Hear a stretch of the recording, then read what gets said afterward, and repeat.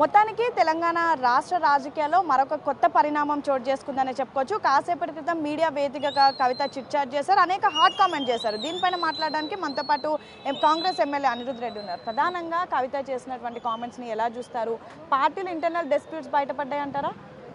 అంటే అధికారం అడిగిందేమో ఆమె ఒక ఎమ్మెల్సీగా, లేకుంటే ఎమ్మెల్సీలు వాళ్ళు ఎక్కువ ఉన్నారు బీఆర్ఎస్ వాళ్ళు, మండల్ చైర్మన్ దింపి ఆమె కావాలనుకుంటుందా, లేకుంటే అపోజిషన్ లీడర్గా ఉండాలనుకుంటుందా, ఆ పదవి రాలేదని చెప్పేసి కావాలని తిరుగుబాటు పడ్డదో, లేకుంటే ఏమైనా ఆస్తులు కూడా ఏమైనా రాలేదేమో దాని గురించి ఏమైనా కొట్లాడుతుందేమో అని అనుకుంటున్నాను. అంటే ప్రధానంగా బీఆర్ఎస్ పార్టీకి కేసీఆర్ లీడర్, ఇంకెవరు లీడర్ అన్నా కూడా నేను ఊరుకోను అంటూ కవిత అంటుంది. అంటే ఇండైరెక్ట్గా కేటీఆర్ పైన కామెంట్ చేసినట్టేనా?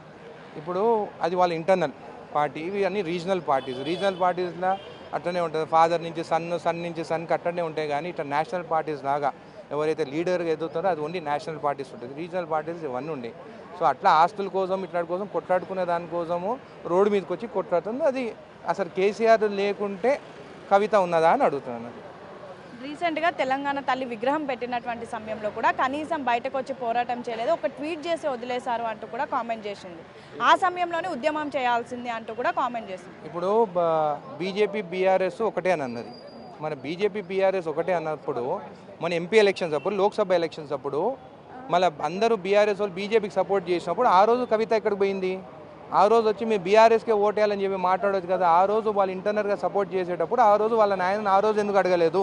సంవత్సరం అయిపోతుంది, ఒక్క బీఆర్ఎస్ ఎంపీ కూడా గెలవలేదు. ఆ రోజు ఆమె ఎందుకు నిలదీయలేదు? సంవత్సరం అయిపోయిన తర్వాత ఇప్పుడు మాట్లాడుతుందా? ఒకసారి మీరు ఆలోచించాలి. అది సొంత ఫ్యామిలీ వాళ్ళ ఇంటర్నల్ రిఫ్ట్స్ గురించి పబ్లిక్లో వచ్చి మాట్లాడుకుంటున్నారు.